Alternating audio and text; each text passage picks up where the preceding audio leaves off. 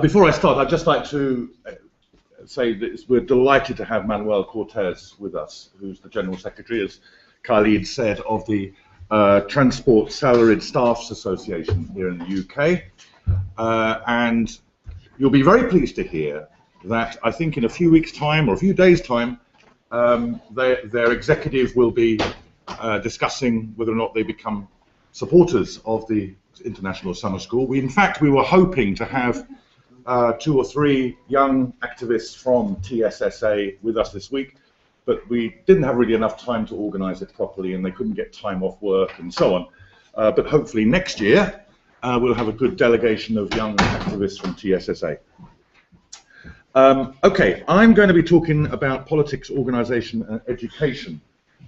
Is it on the screen yet? No, I haven't had time. We just finished. Oh, right, get into it before we had an opportunity. All right, while it's coming on, I can start it.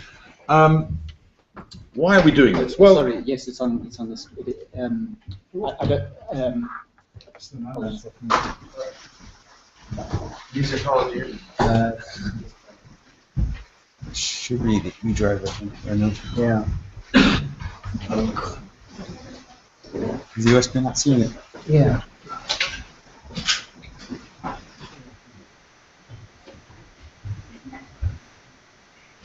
Yeah, E.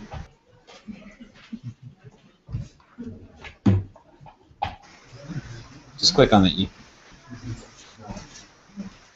Don't know where you put it. Yeah.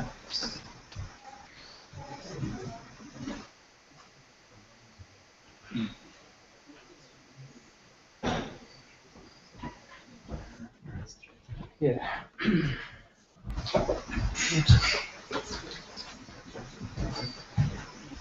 Oh, you're in a media player right now.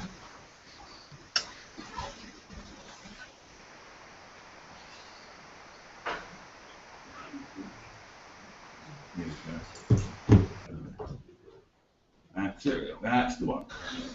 Thank you very much.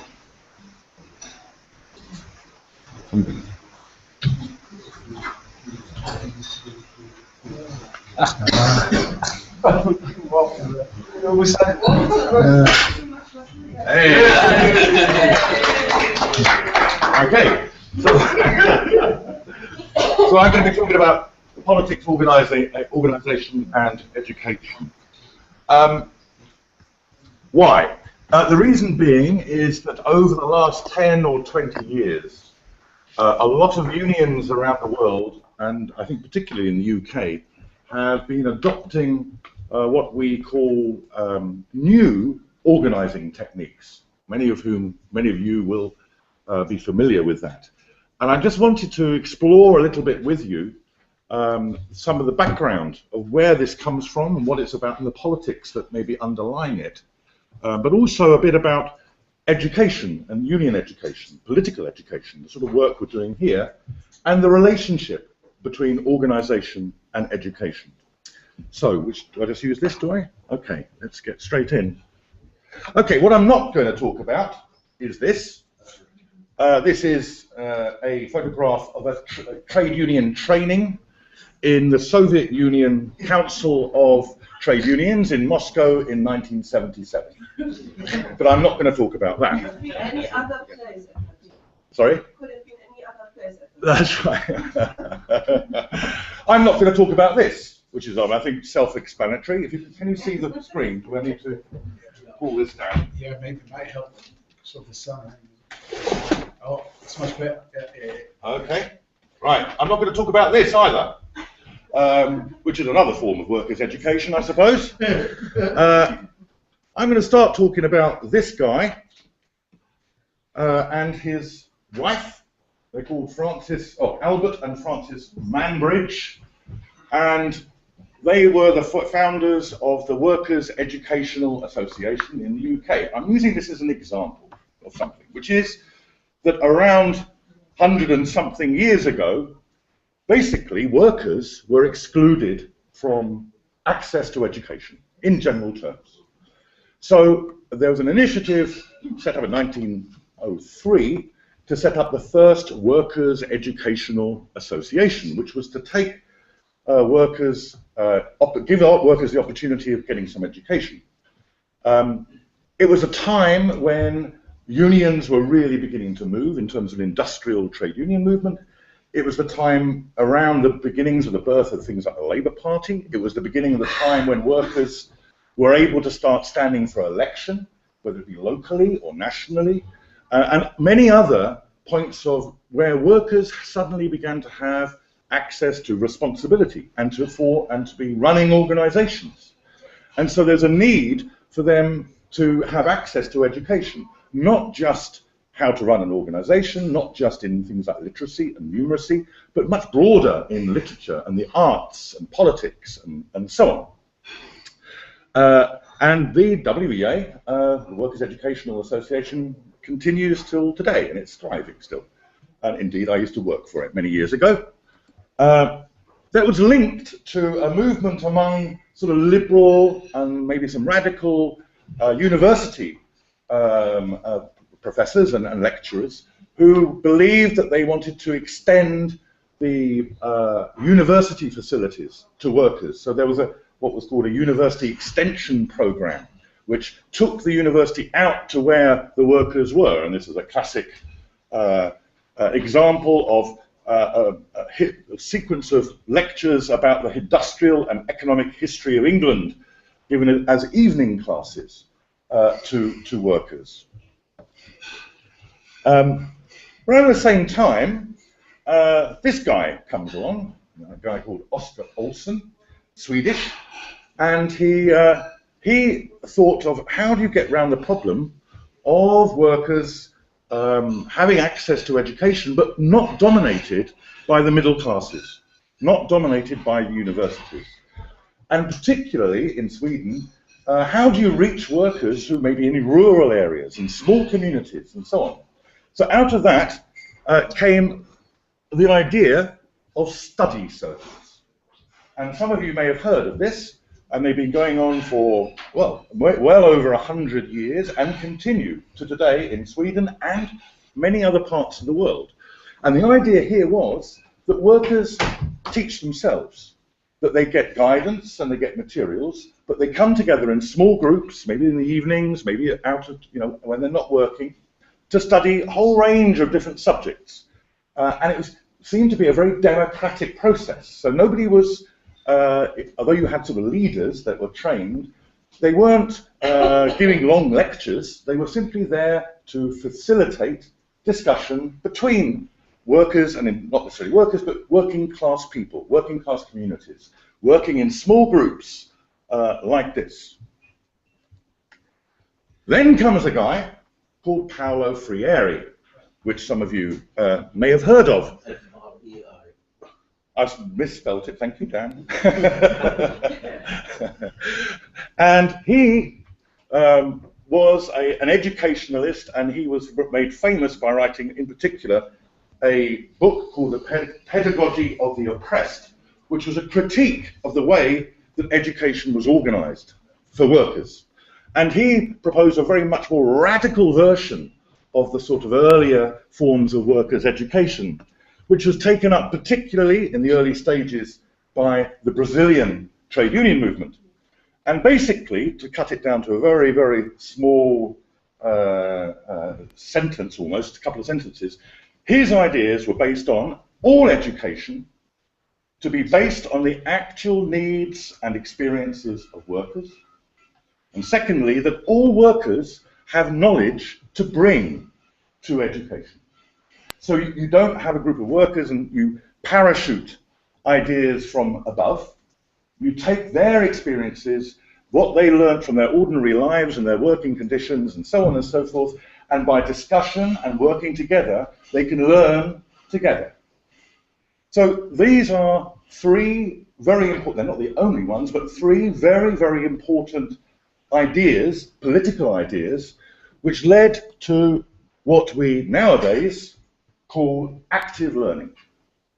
And active learning is a combination of some of those Paulo Freire ideas, so study circles ideas, and some of the original workers' education ideas, where you have workers coming together and not just sitting in rows like this, listening to people giving lectures, but they are learning by doing together, yeah? Learning by working together. That became the basis of the way in which trade union education was designed, particularly in the UK, from around the early 70s. And here's an example, for example, of a course manual by the British Trade Union Council? Congress, thank you. I don't even know my own organisation's name. Trade Union Congress, right, which was basically using active learning methods.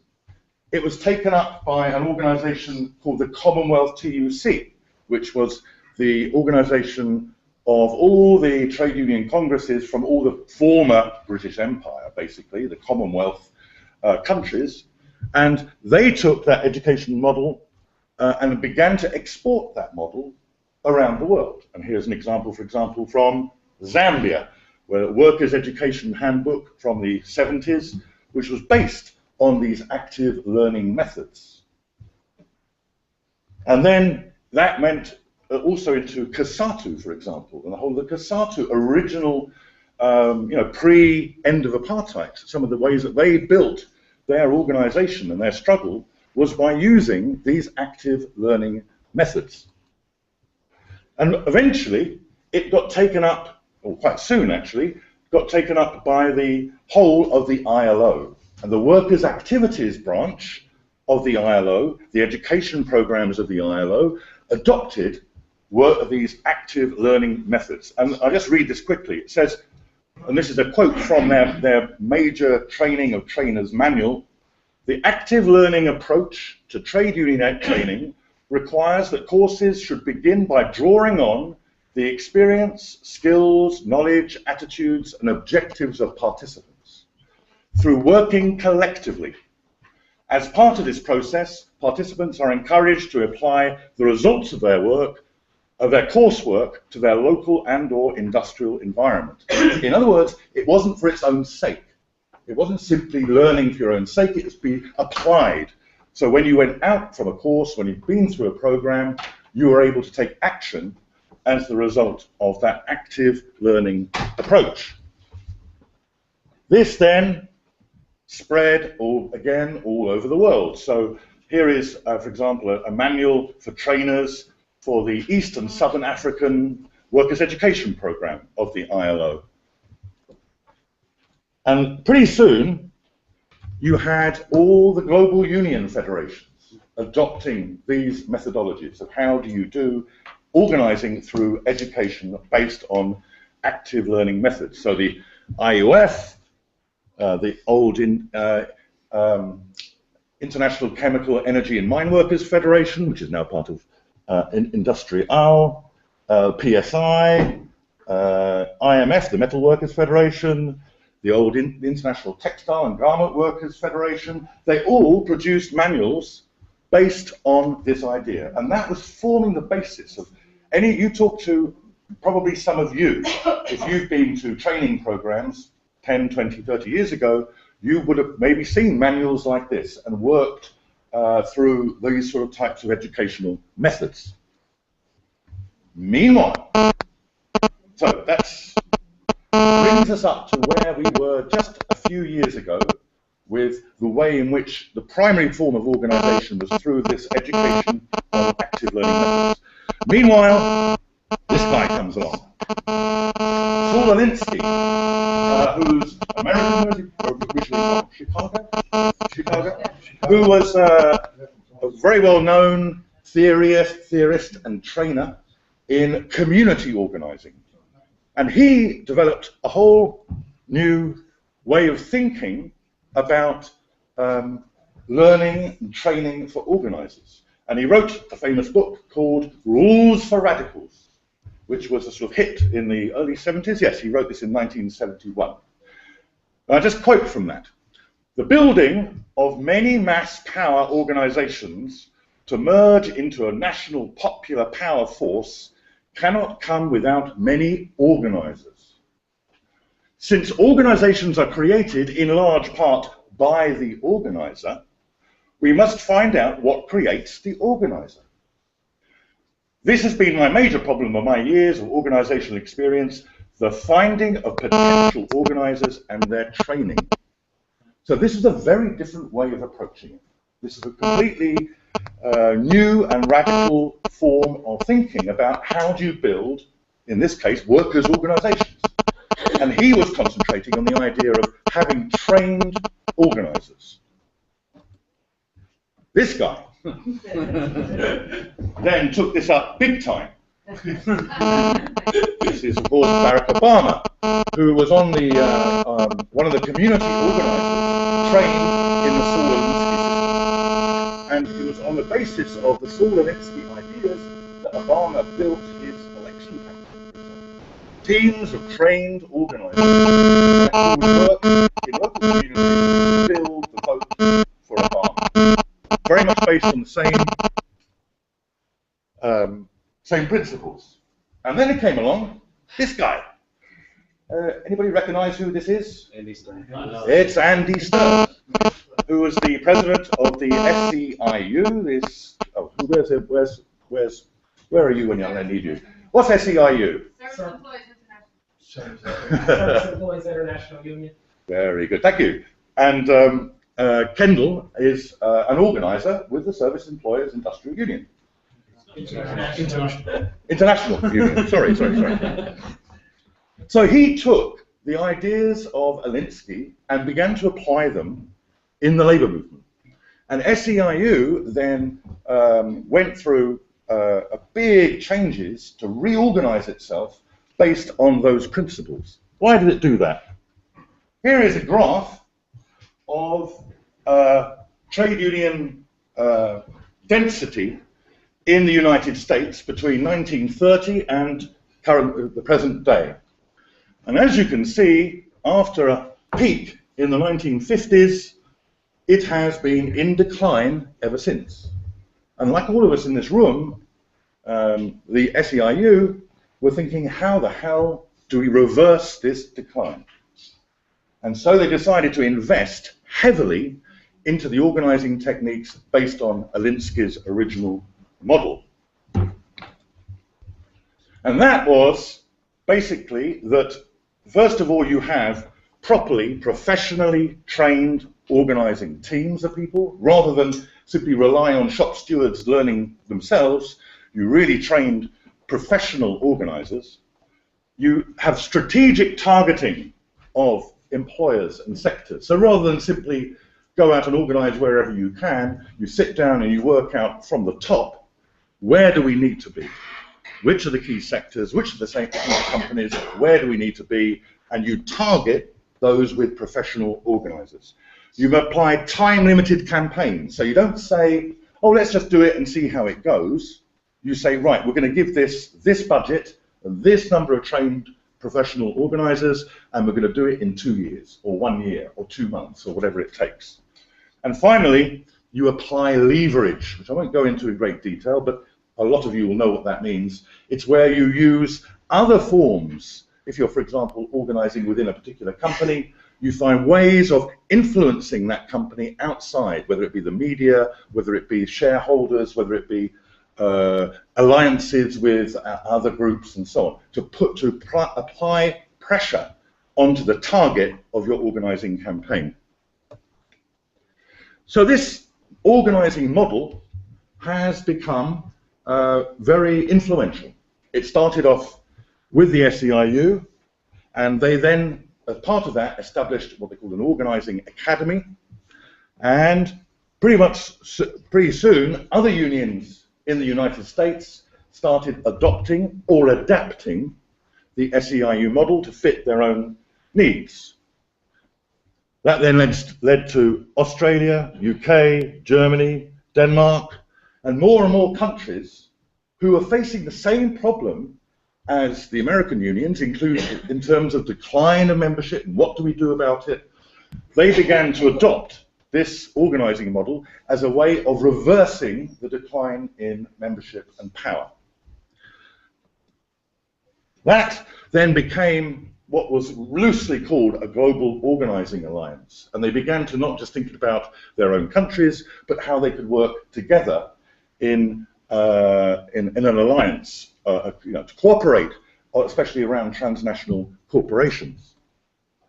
That then, because some of these unions were very influential, has then moved into the global union federations themselves. So more and more now, global union federations, I mean, namely, mostly, for example, UNI, ITF, BWI maybe, I don't know, have adopted some of the techniques and approaches that were developed from this original model.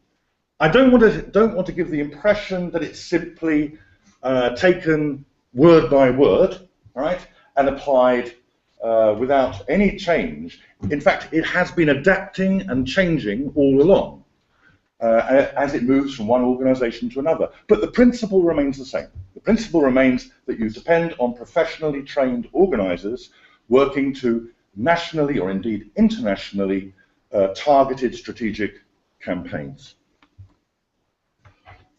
Now, what's the impact of that?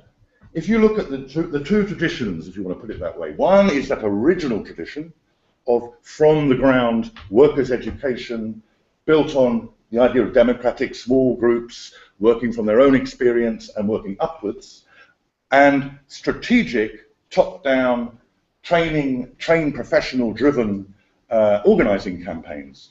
So what are we seeing? We're seeing, maybe, what are you seeing? I'm seeing an increased investment everywhere into organising departments. So you have specialist departments appearing nationally and indeed internationally, based on some of these the originally SEIU ideas. But actually, the beginnings of quite a critical debate in the United States about, does this really work? Where does this lead us? What does this do to the democratic life of the union? So there's more and more questions being asked. And to a large extent, there's a growing adaptation of a new organising model to local conditions, local industrial relations conditions, and the political context in which we're. So it's not quite staying in its pure form, but we are seeing a decline in trade union education. That's what I see when I look around the world. I'm seeing a decline in the amount that unions are investing in what I would call education, as opposed to training. It's a very different idea. This is education, right? And I think it's declining across the world. And certainly, in those countries which are basically reliant upon external funding from Europe or the States, whatever, the funders are shifting their priorities from education programs to organising, trained professional organising programs. And we're seeing the closure, increasingly, of colleges such as this. It's remarkable that we're still able to be here, because so many colleges, certainly in this country, but I think all across the world, residential colleges like this are closing, because unions are not prepared to put those investment into it anymore. So I think we're facing an interesting question about how does the old model of shop steward education rub up against organizer training? And is there a conflict here, or is there a way that we can make this work? Now, the reason, by the way, this guy has no head is not deliberate. I was trying to find a photograph of somebody who had the words "shop steward" on a T-shirt, right? So that it matched the photograph of a guy with union organizer on his T-shirt. The only one I could find was one without a head on. So just it's not meant to be symbolic, okay? But in my own union, I have seen, I should be very honest, I don't work for the union, so I can be very honest, that I've seen the decline of shop steward education at the cost of organizer training. And I'm worried about that. That concerns me, because I think shop steward education is the lifeblood of the democratic culture of the union. I don't know what you think. That's my view. I'd like to finish with a quote from a good friend of GLI's and a good comrade, a woman called Jenny Formby, who used to be the head of the food and drink and tobacco section of my own union, Unite, and she's now the political director of Unite. And she is by no means heavily critical of the new organising model. In fact, she uses it herself all the time in organising amongst the food sector. However, she says, it is absolutely essential for our stewards and activists to be fully engaged in all aspects of organising, rather than separate organising units. To do this meaningfully, they have to understand why companies do what they do and how global capital works. If we maintain an insular, reactive approach, we will consistently lose. In other words, she's making an argument here for, yes, you need that tough, driven, focused organising model, but it has to be with a broader political education for union representatives and shop stewards and so on to understand the total context in which they're working. And I think that's a very nice way of ending. Thank you very much.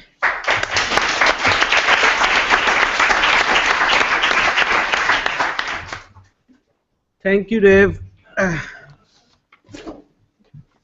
think it was a very detailed presentation of different aspects of the workers' education. And I was thinking about the situation in our countries where we have a situation of 1910 or 20 maybe, but we do have some very modern tools thanks to the funding available for the workers' education, but sometimes it doesn't match actually. So we will discuss that in detail later on, but now I'm honored to invite Manuel to please present your... Thank you very much. Can I start off by saying that I'm absolutely delighted to be here today, and as Dave said, I'm hoping that my union is going to very soon be supporting the work that's happening here today and has happened in previous years. I hope you're enjoying this, because from what I've seen of the program, it seems to me that it should be a motivating force for everybody in this room, that when you leave after your week here, you'll be recharged and you'll be going back to do the job, and the difficult job that we've all got in trying to revive the fortunes of the trade union movement across the world.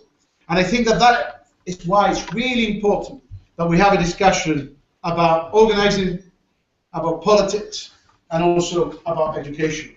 Because I think Dave has given a really good overview of the historical development of trade unionism and education in particular within it, and also expose some of the challenges facing us when we look at trade union education and organising going into the future. I mean, one thing he said that is absolutely correct is that people have adapted the organising model. I can tell you what has happened in my union, because actually, as a result of adopting organising techniques, we've actually bolstered our education for our shop stewards. The reason for that being is that we've used organising as a tool to devolve power from the centre to the workplace. You can only do that effectively and efficiently if you've got a good trained cadre of reps in each and every workplace. Yes, they need to be trained to be able to dispatch some of the most technical elements, quote unquote, of some of the hard-nosed, if you want to call it that, organising. But they also need to understand the world in which they live. Because without that, without having a critical analysis of the political systems that we've got, of the economic system that we all live in, without having that critical analysis and a grasp of what goes on in the world, we are limiting ourselves to a very small changes of what can be achieved within workplaces. Yes, as trade unionists, our focus is always going to remain our workplace, and it's also going to remain about trying to get a better deal for our members. But that is just one aspect and one aspect only of trade unionism. And I want to go back to Saul Alinsky, because one of the things that we've been doing as a union is trying to develop a different model of trade unionism. It's not new, to be honest with you. Neither is organizing. It's going back and learning some of the critical lessons that we should have learned from history. We are trying incredibly hard to build what we call a social movement of trade unionism. And that is a trade unionism that is not only rooted within the workplaces, which it has to be, but it's also rooted within the communities that our members serve on a daily basis. And I can give you a few examples of where we have successfully started to roll this out. This is something which is quite new for us, because only a few years ago I had to go and argue with my executive committee that they should give me some money to employ community organizers. And somebody asked me the question, which I was expecting: how many members is that going to bring into the union? And I said, well, look, I don't know, but I can tell you what it will do, because the people that we represent, by and large, work in the rail industry, which unfortunately in this country has been privatized. And with the advent of new technology, many of the people that I represent, and I know there's some sisters and brothers here from the RMT as well, who are facing exactly the same challenges that we face, working ticket offices. And they're using new technology as an excuse, not only to shut down booking offices, but also to remove any human presence from train stations. And what I said to my executive committee was, the one thing I can guarantee you is that if we engage with the passengers, with the people who use those services day in, day out, I don't know if any of them will join a union. They might not qualify. They might not work in the rail industry. But I tell you what they will do. They will help us stop the drain of jobs out of the industry. Look, we have tried this, and we've worked with our sisters and brothers in the other rail unions. And yes, we're learning all the time, but in some instances, this is working. This is actually working. You know, we are branching out to groups who represent people with disabilities, who, if you've got no one in a station, there's nobody left behind to lend their hand to them. We are branching out to the people who use the stations day in, day out, and actually would like somebody around to explain to them which would be the best ticket for them. Particularly elderly people who've got real difficulties coping with some of the ticket machines that now populate our stations. We have branched out to young mothers and fathers who are trying to carry prams, and there's no one left behind in the station to give them a hand to get them onto the trains. By building a broad alliance of people, we're in a far more powerful position to defeat any cuts than we would have been had we just adopted the traditional quote-unquote model of saying, well, we're strong in the workplace, which we are. Union density alone within the rail industry in this country is probably among the highest of any industry. And we have got considerable industrial muscle. But actually, by branching out, that gives us a political clout that we wouldn't otherwise have. You know, when this government, unfortunately in this country, we've got a right-wing government led by the Conservative Party. When they got elected, there was a report released, I think it was in their first year of office, that said that 700 odd stations were going to lose their booking offices, and they were going to lose all the staff. It is known as the McNulty report. It'll mean nothing to all of you who are not from this country, but those of you who live in this country might have heard about it. 700, I think it was 742, what they called Category D stations were going to lose every single member of staff. We started to organize around this issue, linking up with local politicians, linking up with disability groups, linking up with passenger groups, even residents' associations in some instances. You know what the net result is? Almost 4 years on since the publication of that report, only four booking offices have closed in the watch of this government. Only 4. I don't think we could have achieved that without branching out. And then we saw probably an even greater example where we mobilized, jointly, all the unions mobilized a community and that was in Derby. They were trying to close down the last train manufacturer we had in this country.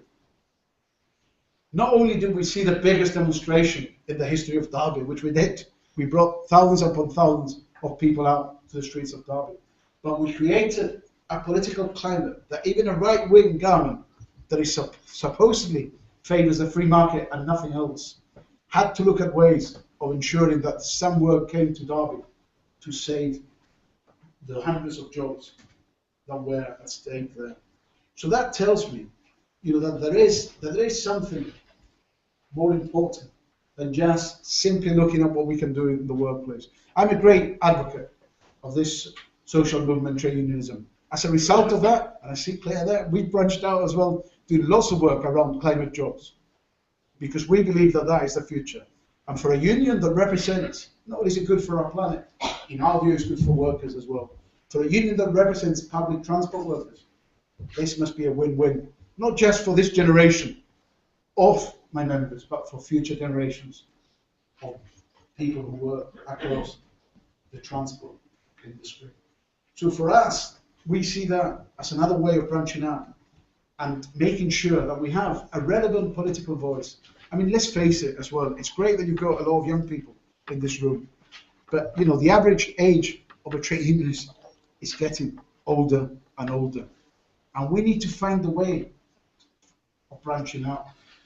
I'm told that young people are supposedly, they're not interested. Somehow they don't want to get involved. That's not the experience I see when I get involved in issues around saving the planet. It's not the attitude I saw when there was that big campaign to try and get rid of the debt of the poorest countries in the world. Thousands upon thousands, if not millions upon millions of young people took the leading roles in those campaigns. I think as a trade union movement, we're at a crossroads, and we need to branch out and not be scared actually of being accused of being political. Because if we are not political, who's going to change the world for us?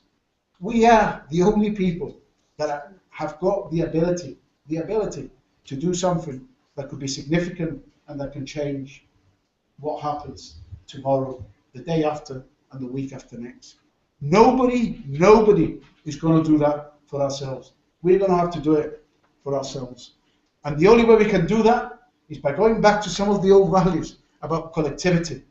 It's about coming together, standing shoulder to shoulder with each other, but equally as importantly with the many communities that we've got roots in. Because, none of us, and I'm going to finish on this because on Thursday we've got a major dispute in Britain about public services, which are really under attack. But some of my members have been privatized, they no longer work within the public sector, although they do deliver a vital public service. But they are not islands. As ordinary working people, they will use the health service that other public sector workers provide. Their kids will be going to the schools that this government is trying to dismantle.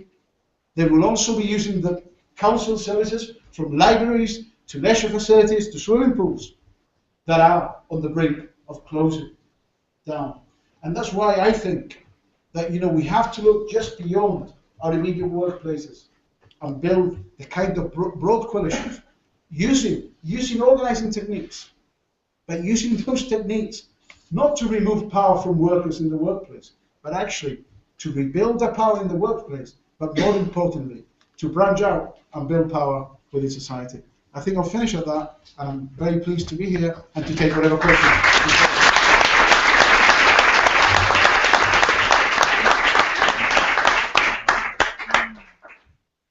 Thank you, Manuel, for a very good example of the social movement unionism. We have now, I think, 15 minutes for the questions and comments. So if you can raise your hand, yes, please. We can take like 5, 6 in the first phase. 3, 4, 5, 6. Okay. Yes, comrade. Can you open up the door or something? Yes, it is getting very hot. hot. The window. The windows should all be Good comment. fully up. Oh, it's hot. I want to congratulate both presenters. One thing I would raise, I'm a little uneasy about doing this on camera, is that what happened in SEIU, first of all, Solowinski's approach was to essentially take the tactics of the communists and de-ideologize them and treat them as something that was self-standing. This becomes very important in looking at what happens in the trade union movement. Because when the Minsky tactics are introduced, first in the United Farm Workers, and then later in the case of SEIU, there was a conscious decision to avoid ideology. This was not accidental. It wasn't just like, oh, oops, right? There was a decision that was made to start to remove educational programs. One of the things that happened in SEIU, and I know this because I was there, is that education started to be judged on a quantitative basis.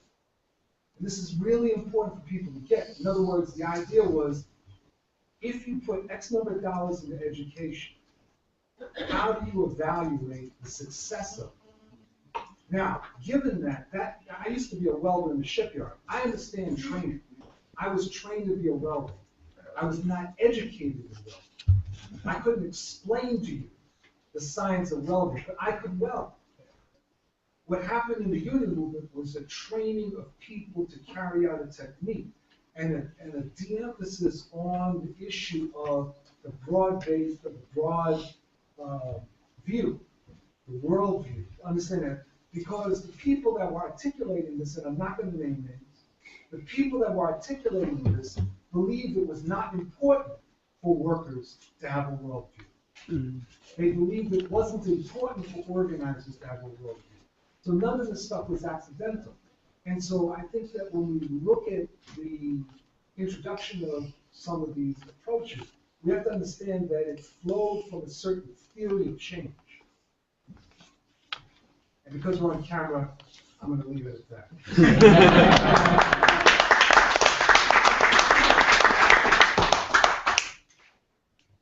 Yes, Sam? Yeah. Okay, yeah, so again, I thought that was great. I want to make a couple of comments. One is that we always tend to talk in terms of education being about building on workers' experience.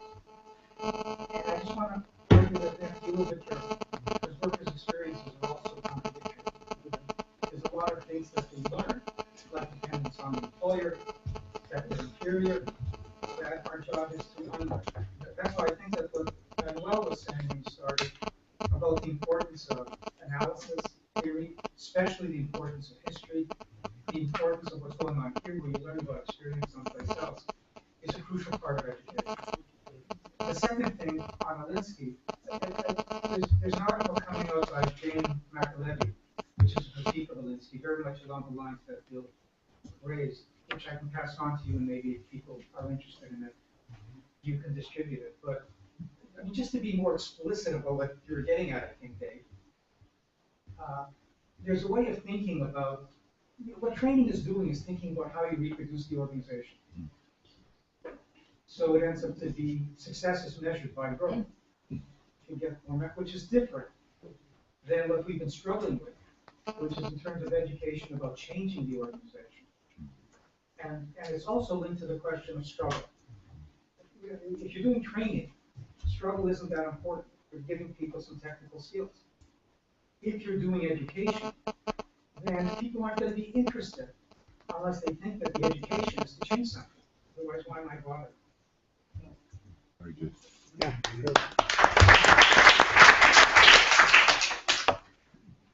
good. One hand was, yeah, Lenny? You raised your hand first? Yes, I did. Yeah, please. Thank you. Two things. Dave, I'm wondering a bit whether a bit of culture or I don't know much about the US model, but from what I know at a distance, the model of organizing is very much tied to the idea that you try and sign up workers for representativity in the workplace. So the whole thing is almost inherently top down. And Barack Obama model, it's a kind of mentality which I think is US, part of the US culture, political culture. You go knocking door to door and you convince them of something. It's kind of the selling insurance model. I wanted to compare that with the input this morning from the comrade from China. Which in a very repressive society with a very authoritarian trade union, you see the emergence of something from below, who's self-organizing.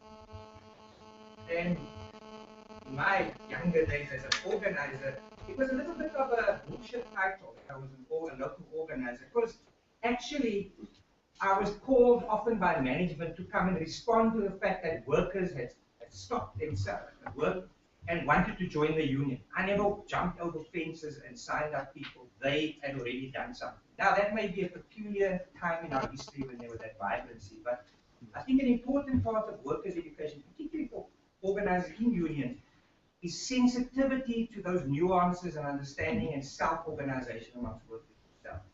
And it can be a bit of a disaster if we have a kind of almost militaristic model, going in and do that.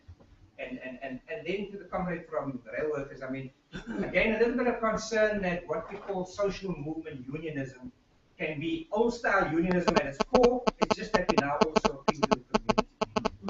That it's not new ways of organizing entirely and new and appreciating the nuances and changes within the working class itself. And then all of that coming in a roundabout way to what do you then say about education? What are the appropriate forms of education and educational models that deal with the world of precariousness and informalization? And I mean, in our experience, it's what goes with that are levels of literacy that have dropped phenomenally. And literally in our own lifetime, even Freudian methods almost sound a bit top down. Quite honestly, people come into a room and then you say, okay, break into small groups, and they look because they've never heard of this method before. You almost have to go through a re-education, etc. So it's complex. I don't have answers, but I would allow us to begin to explore that if we're talking about genuinely new forms of organizing as part of this terrain of social movement unionism, what education self-organization itself, and that political. That's definitely not just.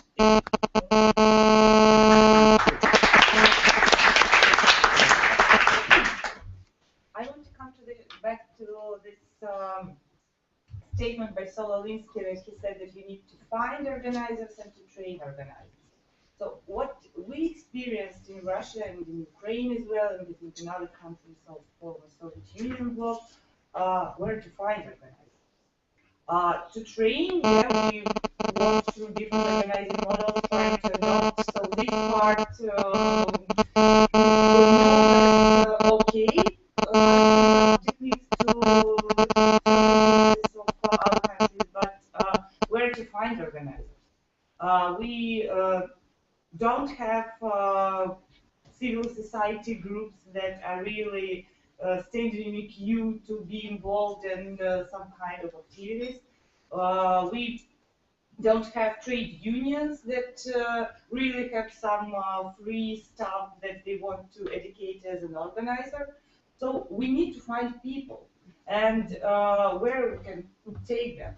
And the only really space what we found was this small leftist group that actually supported idea of organizing unions, and we went there and we failed because it was almost impossible to convince leftist people to go do trade union organizing, not to organize people for world revolution and for something more bigger. So that was also not possible in terms of organizing union. So actually it's not, I'm not giving an answer, I'm raising it as an issue. So where can we find organizers in such countries as Russia, Ukraine, and other countries where we don't have organizing culture and social movements, developed social movements? Yeah, Joshua? Yeah, can I speak off camera? Uh, Yeah. yeah, 1 second.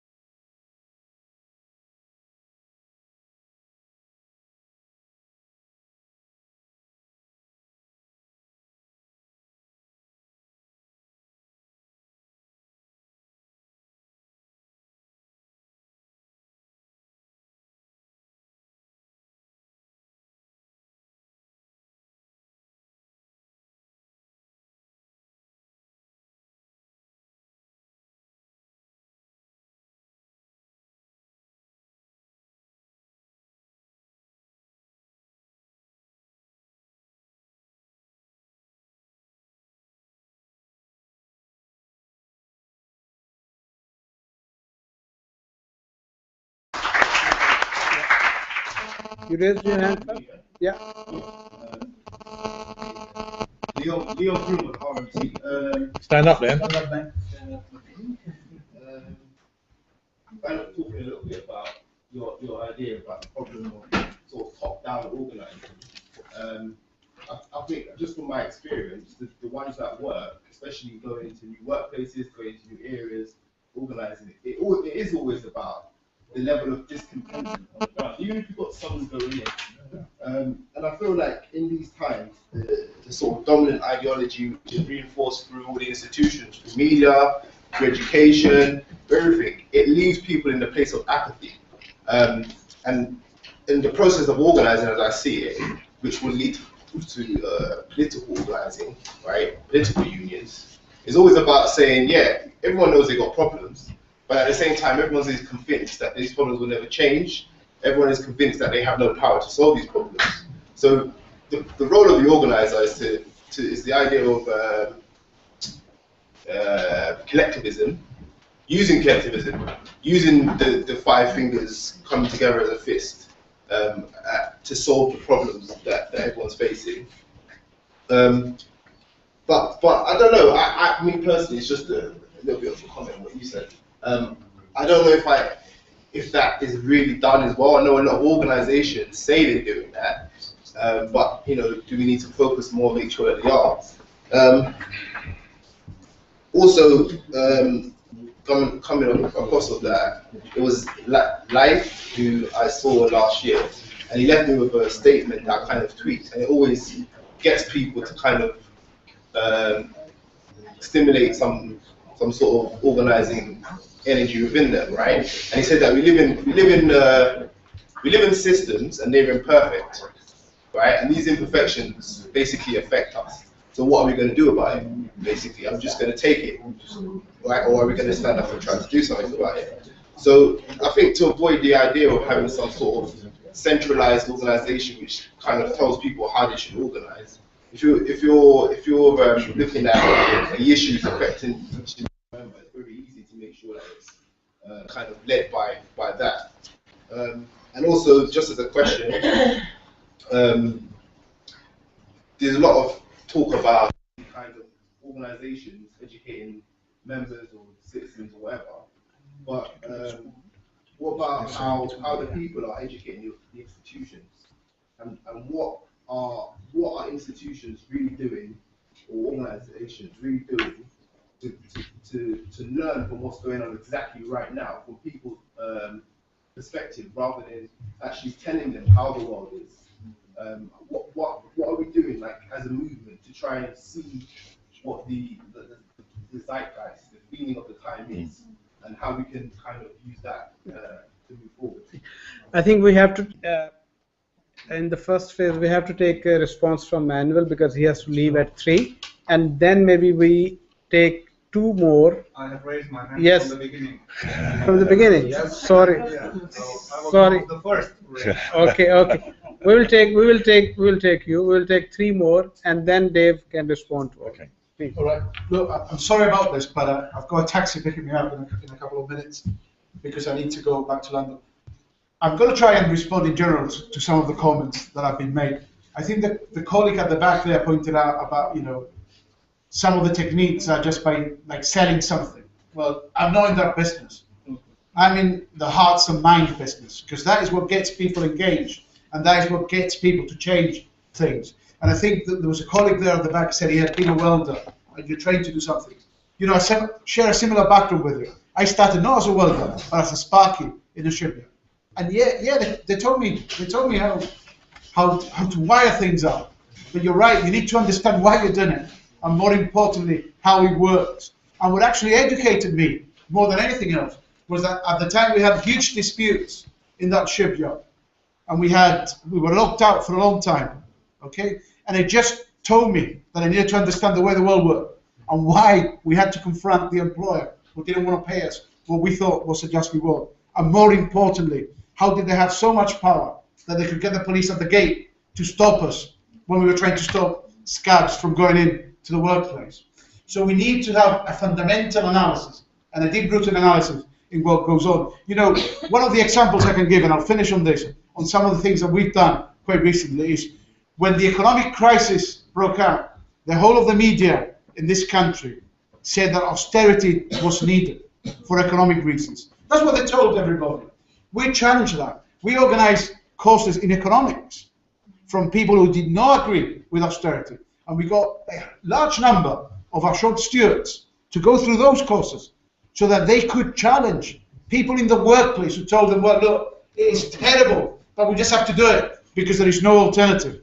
We tried to put the seeds in the minds of our activists so that they could go there and plant those in the minds of other people in the workplace, that there was an alternative to the rotten deal that working people were going to be getting out of austerity.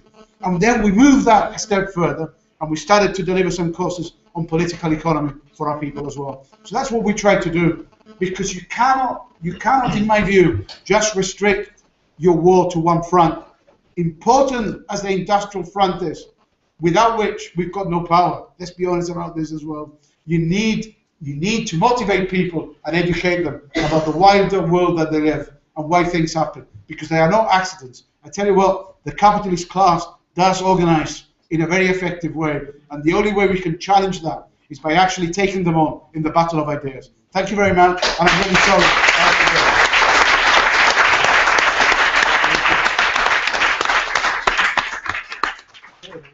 Yeah. Thank you, Manuel. Thank you very much. Thanks, Manuel. Thanks for inviting me. See you Really soon. enjoyed that. I'll be back. Yes, Peter. Sorry, I didn't saw you. problem. Yeah. Peter Damo, Independent Teachers Federation in Romania. I have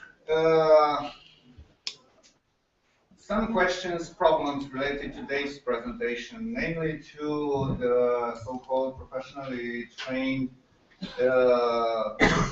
organizers or the professionally, trained organizing process. So, and the question problem derives from our home experience. So this is based on reality.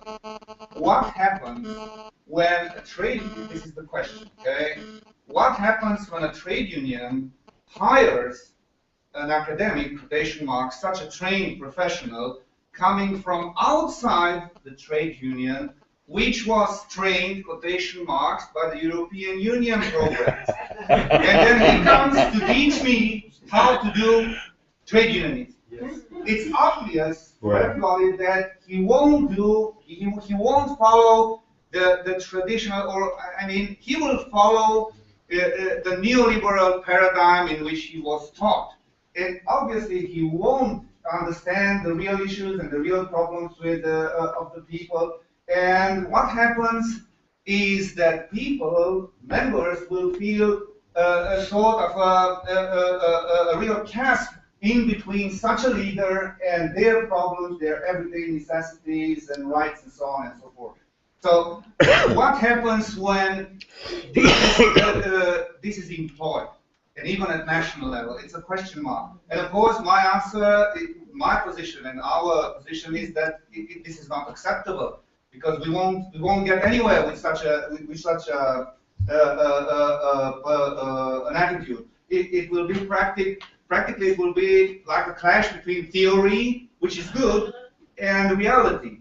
So probably the answer would be that we should train our own members, so our own leaders. So we would have to go from bottom up and not to have some hired academics, quotation marks, or somewhere else. Because it's obvious now, those who come like that in this manner will enforce the policy of those who gave the money. Yes, that's right. And I have one question which our comrade, it was directed to him, but he left now. Maybe you could answer instead of him about branching out. What happens when branching out is forbidden by the law? Clear example. Break it. Yeah, I do know the answer. Clear example. In Romania, by the law, you cannot organize a federation for all the education sectors. You have to organize one in the sector of pre-university, so-called pre-university, that is from kindergarten up to high schools included, and another one in the academic sector. but you cannot cross the borders because the law won't allow it. Question mark, what happens then? Okay. Well, yeah. Yes, please. Yeah. Yes. Yes. Thank you. Aspen Wahl from the Municipal Workers Union in Norway. I must admit that I'm very skeptical to the solution in a way to establish a separate organization within the union for organizing. My experience leads me to exactly to the opposite. That an organization to organize must be an integrated part of the total activities of the union. And I built my conclusion on that on the practical experience from my own union. My union is the biggest union in Norway. It has a lot of resources. We use that for education, a lot of education, political education, ideological education, and so on. But also for campaigns in order to organize.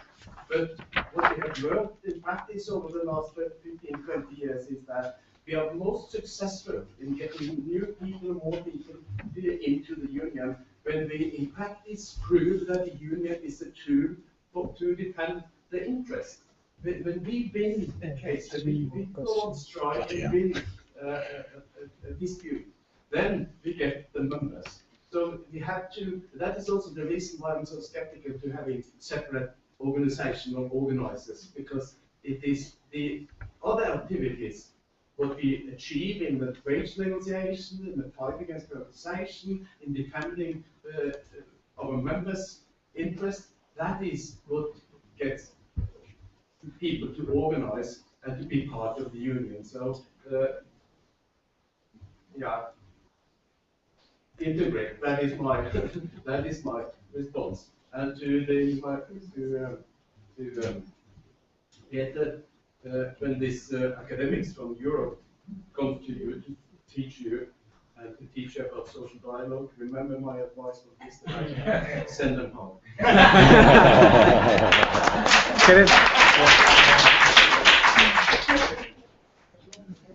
Well, maybe these academics which are sent from the European Union, they are also paid by the European Union to teach you. Yes. That's very often the case in the Central and Eastern Europe, right?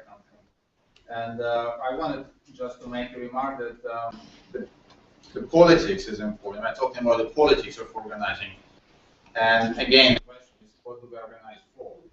And then the educational system or the training system has to respond to this basic goal, but maybe it also should be used to collectively develop this goal and get more and more people in understanding of how do we want to change the world and how the better world can look like.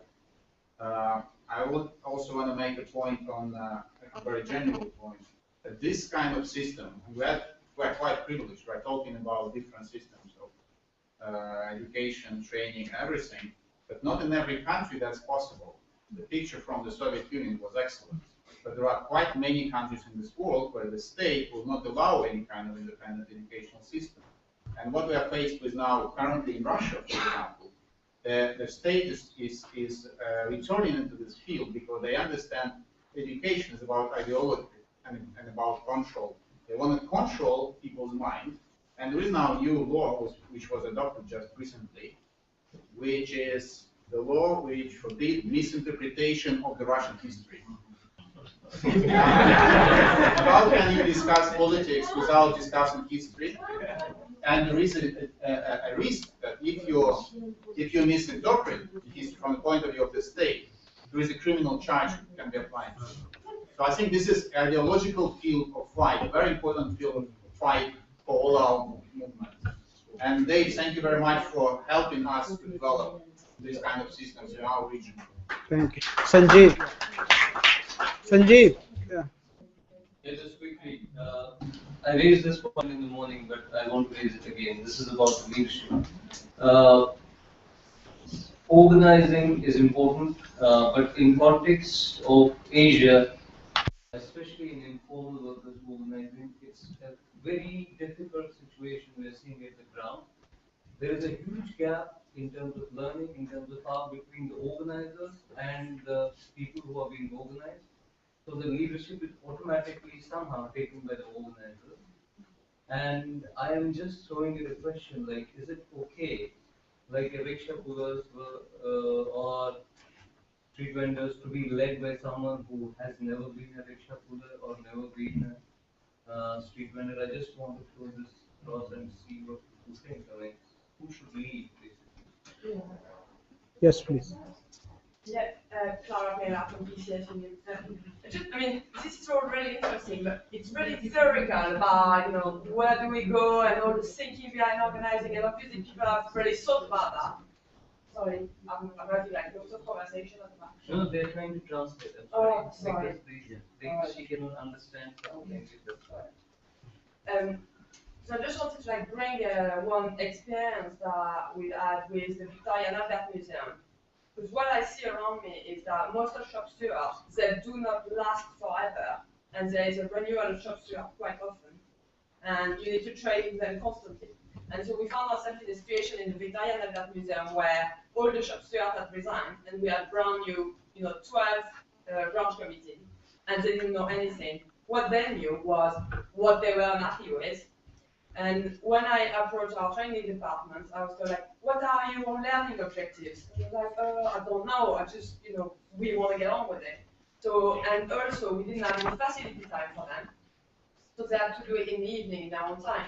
So what we did, we picked some of the issues they were worried about, and we actually worked all the way through with that particular issue from the member. What is the problem? How do you engage with members about that issue?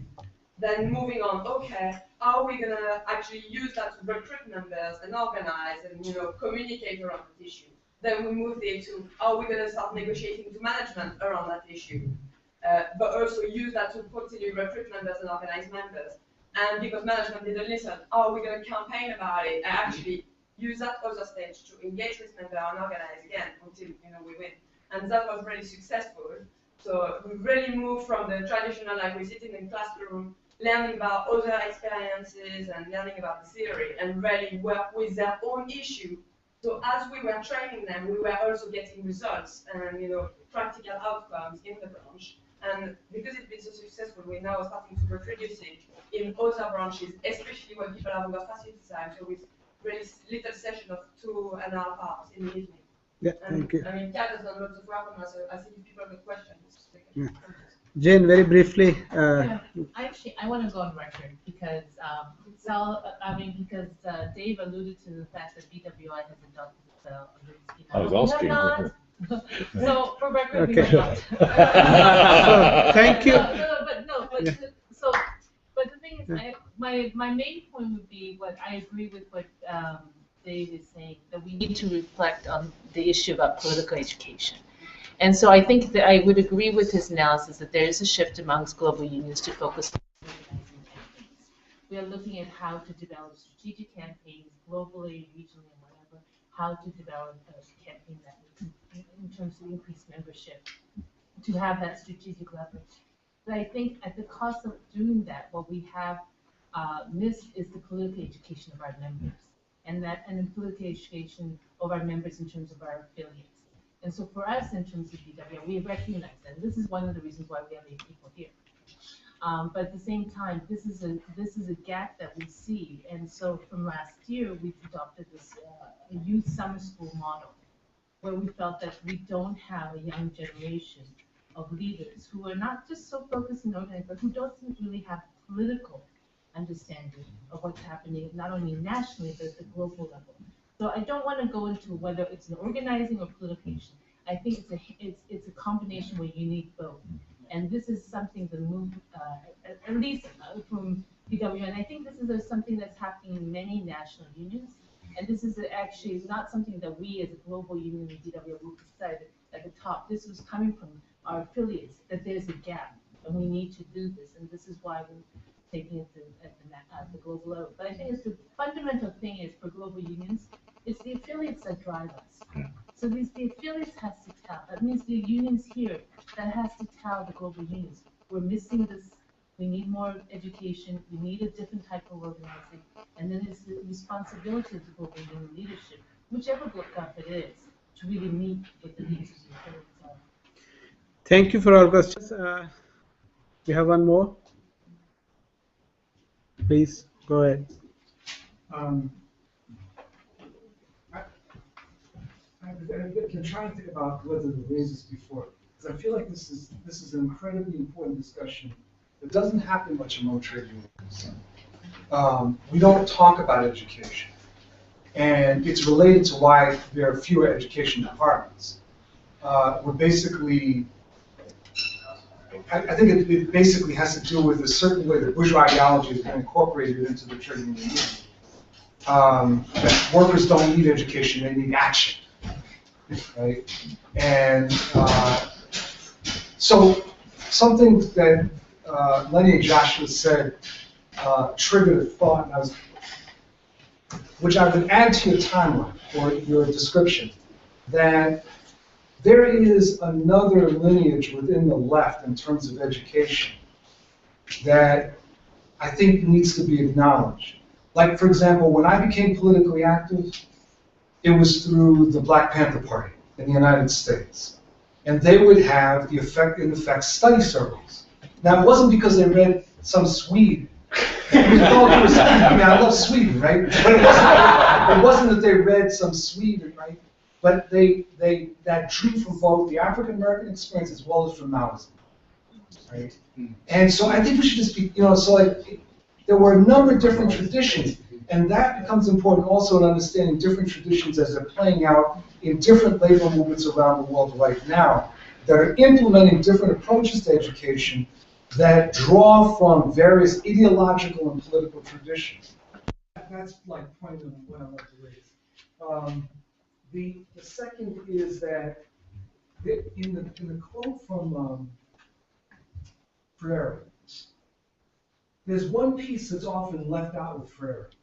And Freire talks about the need to introduce new knowledge, right? See, because one of the things that we often do is we spread around existing knowledge, and we think that people are learning, right? As opposed to we're simply spreading around existing knowledge. And one of the things that Freire emphasizes is that, yes, you begin with where the people are. You begin with the recognition that the people are intelligent and that they have experiences that need to be valued.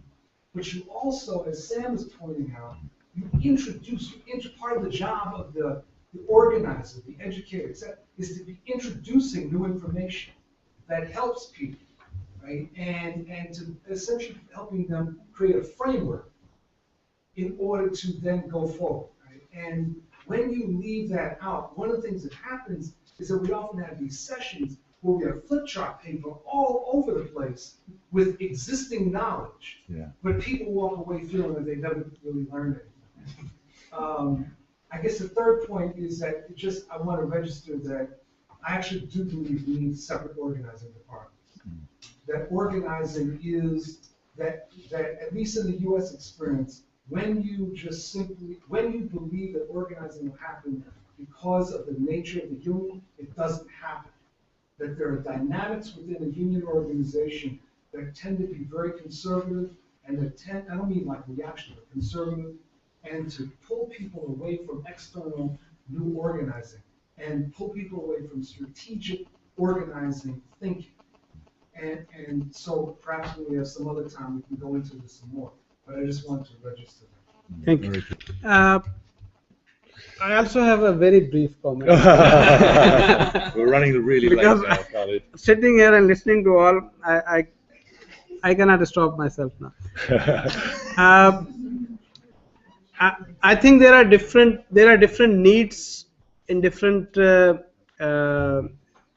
situations, and we cannot adopt only one education model in all the situations. In our case, for example, the textile workers movement in Faisalabad, they have their own organizers who are from the workers. They organize themselves in a very beautiful way, in the very new way of organizing. The workers are organized at the community level. They are not organized at the factory level, but at the community level. They organize themselves, but what they needed was political education. And that's what their demand was. And when we went to them with some political education, their organizing automatically increased to many more they were able to reach many more workers and convince many more workers to be members of the organization. So political education, I think, has a very important role in organizing as well. This is one experience from Pakistan which I wanted to explain. So Dave, now finally you have the possibility. All right, thank you. I won't even attempt to comment on all the contributions. I just want to make a few points. The first point is that I will be as brief as possible, because from here I hope that we're going to have a good, still have, even though we're late, a good period of time for everybody to work in small groups too, because there's so many people in this room who've got fascinating experience on the ground of organising, and I would just want to make sure we have enough time for people to, at least some people, to hear and share your own organising experience. So I'm going to try and be brief. Firstly, I totally agreed with Bill about the avoiding ideology question. In what I would say is, if you like, the purist model of organising. And at times, I felt it's sort of like advocating real hard militant action to get sweetheart deals. You know, as long as the company comes along and signs at the bottom line and we get the members, we don't care, that's fine, right? And I think to understand where that comes from, you have to understand a little bit, at least, about the American industrial relations system. And you know, many people I meet around the world think that because the United States is a rich and advanced country and the rest of it, that the trade unions, you know, are really developed and advanced. No, the trade union movement in the United States is one of the toughest environments in the world to work in terms of the sheer difficulty of organising, in terms of the law, in terms of attitudes, in terms of politics, and so on and so forth. So, because of the way that the industrial relations system is organised, which is very similar to the Philippines, of course, which inherited it, it means that it encourages this idea of professional teams going in, organising, getting the vote of the workers, right, and then moving on, right? Sort of what I would call a slash and burn way of organising, huh? And if you're trying to put that into other contexts, like Britain, very different tradition, very different system of industrial relations, it simply doesn't work, right? And so there's a practical sort of reason behind some of this stuff, but it is deeply unideological.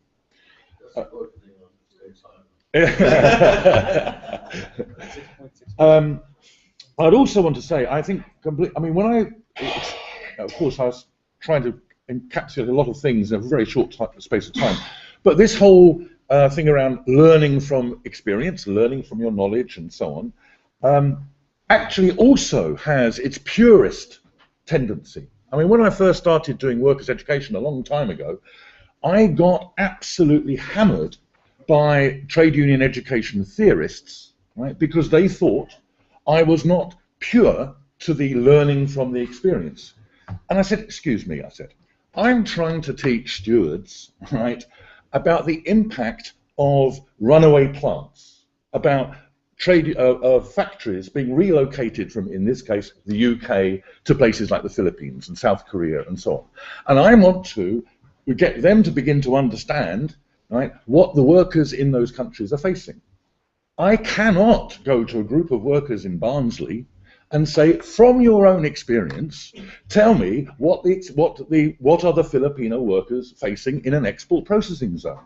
But I was attacked for introducing external knowledge, right, into the classroom. The point that Peter made about the EU academic, actually, that is a very serious problem. And I think personally that it has done a lot of damage in Eastern Europe.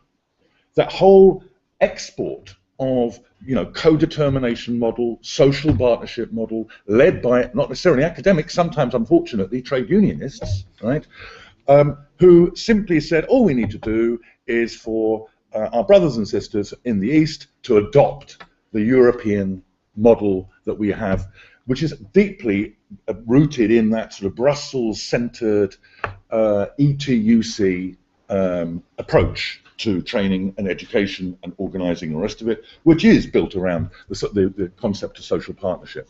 So I totally agree with you, and I will add that into the presentation next time I give it. I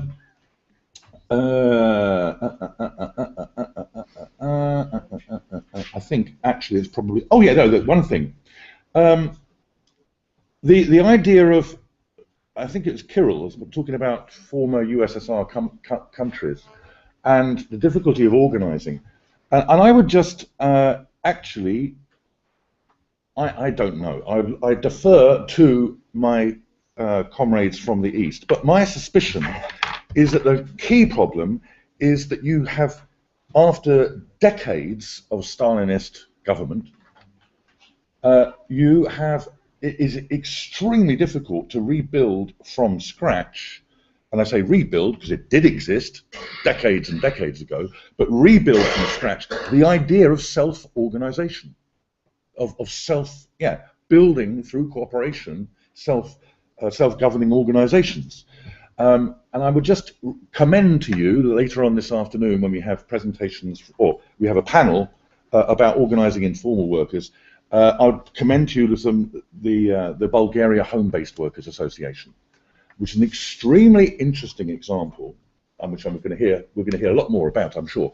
Extremely interesting example from an organization built from scratch of women home-based workers who have got an organization now from that beginning of 35,000 members. You know, at least it was last time I looked. Is it still 35? 40,000 now, is it? Okay. Anyway, there are good models, I think, of workers, particularly that are precarious, informal workers and so on, who even from that culture are able to build real strong organizations. Anyway, that's enough for me. Yeah. Let's stop Thank you. Yeah, thank you very much for all questions, and round of applause for Dale, I think.